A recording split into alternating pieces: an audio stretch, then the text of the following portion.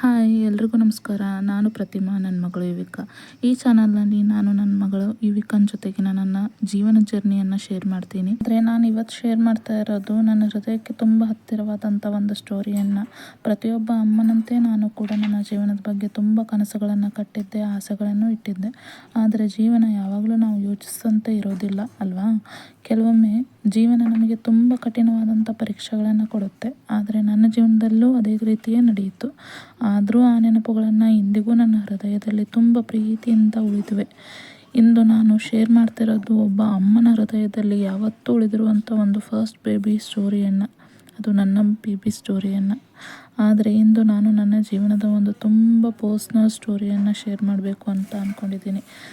ಒಂದಿನ ನಮ್ಮ ಮನೆಗೆ ಒಂದು ಚಿಕ್ಕ ಏಂಜಲ್ ಬಂದಳು. ಅವಳ ಚಿಕ್ಕ ನಗು, ಚಿಕ್ಕ ಕೈ, ಅವಳನ್ನು ನೋಡಿದರೆ ನಮ್ಮ ಮನೆಯೆಲ್ಲ ಸಂತೋಷದಿಂದ ತುಂಬಿರ್ತಾ ಇತ್ತು. ಅವಳ ಜೊತೆ ಕಳೆದಂಥ ಪ್ರತಿಯೊಂದು ಕ್ಷಣವೂ ನಮ್ಮ ಜೀವನದ ಅತ್ಯಂತ ಸುಂದರವಾದಂಥ ನೆನಪುಗಳಾಗಿವೆ. ಆದರೆ ಕೆಲವೇ ದಿನಗಳಲ್ಲಿ ಡಾಕ್ಟರ್ ಹೇಳಿದರು, ನಮ್ಮ ಬೇಬಿಗೆ ಹಾರ್ಟ್ನಲ್ಲಿ ಪ್ರಾಬ್ಲಮ್ ಇದೆ ಅಂತ. ಆ ಸುದ್ದಿ ಕೇಳಿದ ಕ್ಷಣವೇ ನಮಗೆ ಪ್ರಪಂಚವೇ ನಿಂತು ಹೋದಂಗೆ ಅನಿಸ್ಬಿಡ್ತು. ಆದರೂ ನಮ್ಮ ಹೋಪ್ ನಾವು ಬಿಡಲಿಲ್ಲ. ಪ್ರತಿದಿನವೂ ಪ್ರಾರ್ಥನೆ, ಪ್ರತಿದಿನವೂ ಪ್ರತಿ ತಿಂಗಳು ಹಾಸ್ಪಿಟಲ್ ವಿಸಿಟ್, ಇದೇ ರೀತಿಯೇ ನಡೆಯಿತು. ಒಂದಿನ ಡಾಕ್ಟರ್ಸ್ ಏನೇನು ಹೇಳ್ತಾರೋ ಎಲ್ಲವನ್ನೂ ಮಾಡಿದ್ವಿ. ಪ್ರತಿ ತಿಂಗಳು ಹಾಸ್ಪಿಟಲ್ ವಿಸಿಟ್ ಮಾಡೋಕ್ಕೆ ಹೇಳಿದ್ರು, ಎಕೋ ಮಾಡ್ಸೋಕ್ಕೆ ಹೇಳಿದ್ರು, ಏನೇನು ಹೇಳ್ತಾರೋ ಪ್ರತಿಯೊಂದು ಮಾಡಿದ್ವಿ. ಆದರೆ ತೀರಾ ಸಿಕ್ಕಾಗಿದ್ದ ಕಾರಣ ಅಡ್ಮಿಟ್ ಮಾಡಲೇಬೇಕಾಯಿತು, ವೆಂಟಿಲೇಟ್ರಿಗೆ ಹೋಗಲೇಬೇಕಾಯಿತು. ನನ್ನ ಮಗಳು ತುಂಬ ಅನುಭವಿಸ್ಬಿಟ್ಲು. ಎಂಥ ನೋವಿನಲ್ಲೂ ನನ್ನ ನೋಡಿ ನಗ್ತಾ ಇತ್ತು ಆ ಮಗು.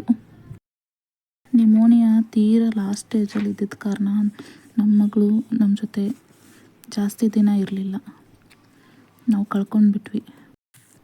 ನಮ್ಮ ಚಿಕ್ಕ ಏಂಜಲ್ ನಮ್ಮನ್ನ ಬಿಟ್ಟು ಹೊರಟೇ ಹೋಗ್ಬಿಟ್ಲು. ಬೇಬಿ, ನೀನು ನಮ್ಮ ಜೊತೆ ತುಂಬ ಕಡಿಮೆ ದಿನ ಇದ್ದರೂ ನಮ್ಮ ಜೀವನದಲ್ಲಿ ತುಂಬ ದೊಡ್ಡ ಗುರುತನ್ನೇ ಬಿಟ್ಬಿಟ್ಟೆ. ನಿನ್ನ ನಗು, ನಿನ್ನ ಚಿಕ್ಕ ಕೈ, ಇವೆಲ್ಲ ಇನ್ನೂ ನನ್ನ ನೆನಪಿನಲ್ಲಿ ಜೀವಂತವಾಗೇ ಇದೆ. ಕೆಲವರು ಹೇಳ್ತಾರೆ ಕಾಲ ಹೋದಂತೆ ನೋವು ಕಡಿಮೆ ಆಗುತ್ತೆ ಅಂತ. ಆದರೆ ಒಬ್ಬ ಅಮ್ಮನ ಹೃದಯದಲ್ಲಿ ಮಗುವಿನ ಜಾಗ ಯಾವತ್ತೂ ಖಾಲಿಯಾಗೇ ಇರುತ್ತೆ ಅಲ್ವಾ? ನೀನು ಎಲ್ಲಿದ್ದರೂ ನಮ್ಮ ಪ್ರೀತಿ, ನಮ್ಮ ಪ್ರಾರ್ಥನೆ ಯಾವತ್ತೂ ನಿನ್ನ ಜೊತೆನೇ ಇರುತ್ತೆ. ಇದು ನನ್ನ ಜೀವನದಲ್ಲಿ ನಡೆದಂಥ ತುಂಬ ಕಹಿ ಘಟನೆ. ಈ ಸ್ಟೋರಿ ಹೇಳುವಾಗ ಇಂದಿಗೂ ನನಗೆ ತುಂಬ ನೋವಾಗುತ್ತೆ. ಮಕ್ಕಳನ್ನು ಕಳೆದುಕೊಂಡ ಪೇರೆಂಟ್ಸ್ಗೆ ಮಾತ್ರ ಆ ನೋವು ಏನು, ಎಷ್ಟು ದೊಡ್ಡದು ಅಂತ ಗೊತ್ತು. ಕೆಲವರು ಏನೇನೋ ಹೇಳ್ತಾರೆ, ಆದರೆ ಅವ್ರಿಗೇನು ಗೊತ್ತು ಒಂದು ಮಗುವಿಗಾಗಿ ಒಬ್ಬ ಅಮ್ಮ ಎಷ್ಟು ಕನಸು ಕಟ್ಟಿರ್ತಾಳೆ ಅನ್ನೋದು. ಯಾವ ನೋವನ್ನಾದರೂ ಸಮಯದ ಜೊತೆ ಮರೆತು ಬಿಡಬಹುದು, ಆದರೆ ಮಗುವಿನ ನೆನಪು ಮಾತ್ರ ಒಬ್ಬ ಅಮ್ಮನ ಹೃದಯದಲ್ಲಿ ಯಾವತ್ತೂ ಉಳಿದಿರುತ್ತೆ. ನಮ್ಮ ಪುಟ್ಟ ದೇವತೆ ನಮ್ಮನ್ನು ಬಿಟ್ಟು ಹೊರಟೋದ್ಲು, ಆದರೆ ಆಕೆ ನೆನಪುಗಳು ಮಾತ್ರ ನನ್ನ ಜೀವದ ಪ್ರತಿ ಕಣದಲ್ಲೂ ಉಳಿದುಕೊಂಡಿವೆ. ಜೀವನವೇ ಮುಗಿಯಿತು ಅಂದುಕೊಂಡಿದ್ದೆ, ಆದರೆ ದೇವರು ನನ್ನ ಕೈ ಹಿಡಿದು ಮತ್ತೊಂದು ವರವನ್ನು ಕೊಟ್ಟನು. ನನ್ನ ಬಾಳಿಗೆ ಎರಡನೇ ಪುತ್ರಿಯಾಗಿ, ದೇವತೆಯಾಗಿ ಯುವಿಕಾ ಬಂದಳು. ಅವಳು ಹುಟ್ಟಿದ ಖುಷಿಯಲ್ಲಿದ್ದಾಗಲೇ ಅವಳಿಗೂ SMA ಟೈಪ್ 1 ಇರುವುದು ನಮಗೆ ತಿಳಿಯಿತು. ಮತ್ತೆ ನಮ್ಮ ಬದುಕು ಒಂದು ದೊಡ್ಡ ಪರೀಕ್ಷೆಯನ್ನು ಎದುರಿಸಬೇಕಾಯಿತು. ನನ್ನ ಈ ಕಥೆಯನ್ನು ಕೇಳಿದ ನಿಮ್ಮೆಲ್ಲರಿಗೂ ಧನ್ಯವಾದ.